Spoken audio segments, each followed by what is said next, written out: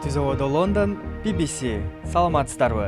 Эл аралык жана спорт жаңылыктары менен тааныштырып, Алмаз Чороев.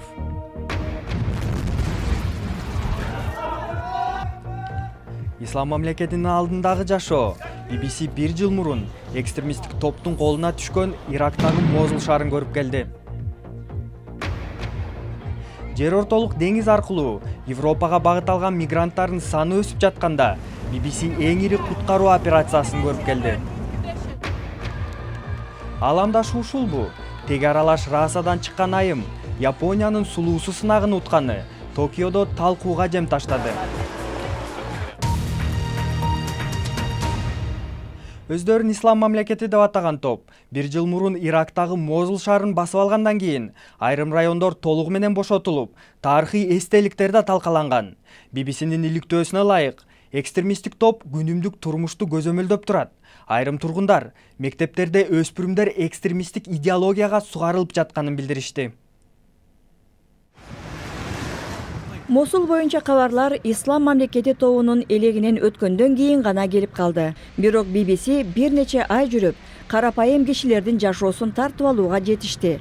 Алар оккупацияланган шаарды элестетет.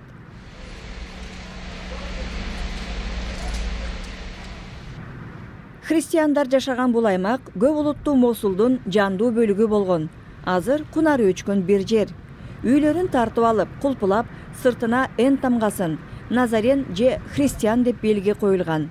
Бул ислам мамлекетинин менчиги дегенди туюнтат. Шаарда 60 000 адам жашачу.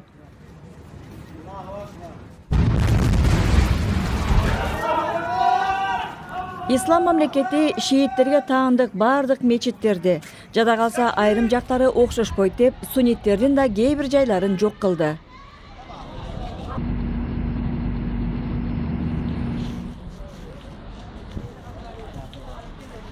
Ислам мамлекетинин башкы стратегиясы аялдарды тыюу.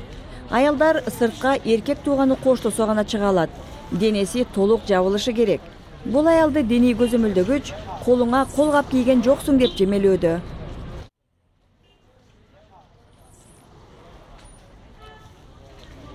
Мектептердин дээрлик баары жабылды. Иштеп жаткандары ислам мамлекети бекиткен программаны гана окутат. Зомбулук, пропаганда, психологиялык коркутуу аркылуу жихадчылар шаарда толук көзөмөлүн орноткон. Ар бир күн өткөн сайын шаарда калгандар ислам мамлекетине толук көз каранды болгондон башка аргасы түгөнүүдө. Европа өлкөлөрдүн аскердик кемелери жер ортолук деңизде кайрадан мигранттарды куткаруу операциясын баштады. Мария Нострум аттуу операция өткөн жылы токтогондон кийин жеке менчик тараптан каржыланган жалгыз кеме бул ишти уланта берген. BBC-нин кабарчысы Габриэл Гейтхаус куткаруу ишине күбө болуп келди. Феникс кемесиндеги издөө жана куткаруу тобу деңиз үстүндө биринчи кайыкты байкады. Бул кайык 10 чакты балыкчыга гана чакталган, бирок ага 560 мигрант толуп алыптыр. Алардын жарымы көздөн далда, кеменин астыңкы бөлүгүндө. Кайык жыкжыйма толгондуктан бир эле олдоксон кыймылдан аңтарылып кетиши мүмкүн. Sit down. Мигранттардын көбү Эритреядан, сууда сөз алышпайт. Куткаруучулар аларды Феникстин бортуна көчүрүп алды. Жүздөгөн кишилерди кемеге которууга бир нече саат кетти. Кайыктын астыңкы бөлүгүндө эч кандай шарт жок экен. Тикеңден тура да албайсың. Ушундай абалда 250 киши жүрүп келди. Ысыкты айтпаңыз. Ушундай абалда даара тарта албайт. Бир нече сааттап турганды элестетүү кыйын. Бир аздан кийин дагы кайыктар кезикти.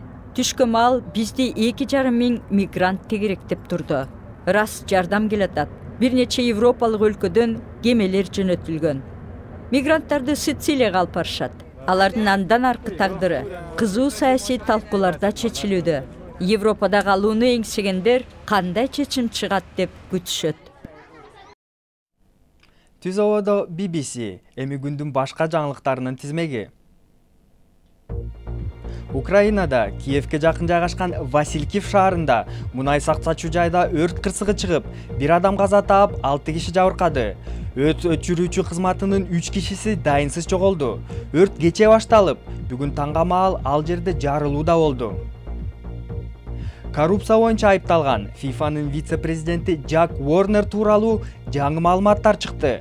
Австралия 2022 жылы дүйнөлүк чемпионатты өткөрүү үчүн күрөшүп, уюмга төлөгөн каражат Уорнердин эсебине түшкөн деп кабарланууда. Ошондой эле Уорнер 2010 жылы Гаитидеги жер титирөөдөн кийин жардам катары жөнөтүлгөн каражатты бурмалаган деп шектелүүдө.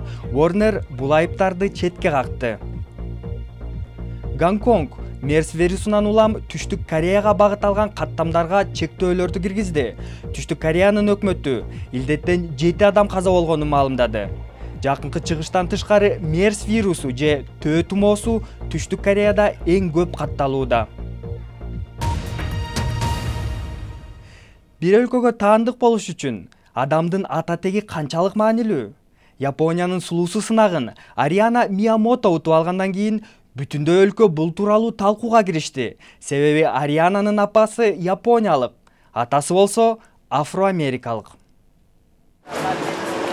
Бул айым келечекте супермодель болору анык. Бирок ал биринчиден Япониядагы коомдук көз карашты өзгөртмөкчү. Ариана Миямото тег аралаш расадан чыгып, Япониянын сулуусу сынагын уткан биринчи айым. Ариананы жергиликтүү тургундар Хафу деп аташат. Чет өлкөлүк эмес, бирок япониялык деп да атаса болбойт. Мен өмүр бою Японияда жашап келем. Бирок өзүмдү япониялыкмын деп айтсам, жердештерим жок дешет, ишенишпейт. Кызык жери бизге хафу деген сөз керек. Бул сөз аркылуу ким экенибизди түшүндүрө алабыз. Учурда Арианага каршы көп пикирлер айтылууда. Мисалы Твиттерде бирөө Япониянын атынан хафу чыкканы туурабы деп суроо жолдосо, дагы бир тургун Япониянын атынан чыгып жатканын көрүп кыжаалат болдум деп жазган. Майко Японияда туулуп өскөн. Анын энеси япониялык жана атасы немис. Учурда Майко Австралияда жашайт. Мен өзүмдү Японияга таандык сезип турганым менен Япония мени кошкусу келбейт. Мен өзүмдү япониялыкмын десем, жергиликтүү тургундар ага каршы болгондой сезилет. Мага оор болсо дагы өзүмдү жарым япониялыкмын деп айтам. Майко жана Ариана жалгыз деп айтса болбойт. Японияда 50 баланын бири тег аралаш расалык үй бүлөдө төрөлөт. Бул көрүнүшкө айрым тургундар каршы чыкканы менен Япония өзгөрүүдө. Эми Ариана Миямото дүйнөлүк сулуусу сынагын утса, Японияны кандай кабыл алат болду экен? Эми спорт. Италиялык Ювентус Германия менен дүйнөлүк чемпионатты уткан жарым коргоочу Сами Хедира менен 4 жылдык келишим түзгөнүн билдирди. 28 жаштагы жылдыздын Реал Мадридтеги контрагы быйыл соңуна чыккан. Европанын Челси жана Арсенал сыяктуу ири клубтары кызыкканы менен Хедира Ювентусту тандады. Манчестер Юнайтеддин чабуулчусу Робин ван Персинин келечеги тууралуу көп жоромолдор айтылууда. Айрым серепчилер чабуулчу италиялык Ювентус командасына 15 миллион долларга кошулат деген пикирде. 35 жаштагы жылдыз быйыл Юнайтедде кыйналып, көп оюндарга катышкан жок. Казакстандын расмийлери кышкы олимпиаданы Алматы шаарында өткөрүү укугун көздөп, бүгүн Швейцарияга келишти. Алар олимпиадалык комитетке долбоорун сунуштайт. Казак расмийлеринин айтымында, Алматы шаары кышкы олимпиада үчүн ылайыктуу. Казакстан менен атаандашып жаткан Бейжин да сунушун тапшырды. Жыйынтык 31 июлда чыгат. Жаңылыктардын соңунда Лондон шаарындагы Уэмбли стадионун көрсөтө кетели. Джеймс Кингстон 40 кабат имаратка тете болгон 130 метр бийиктикке чыкты. Мунун эмнеси дебейсизби? Кеп, бул киши мурда бийиктиктен абдан коркчу. Эми ал коркуусун жеңип, коопсуздук арканы жок эле аскаларга жана имараттарга чыга алат. Ал тургай чыгууну жакшы көрөт. Бул жана башка жаңылыктарды азыр интернет сайтыбыздан таба аласыз. Дарегибиз bbc-kыргыз.com.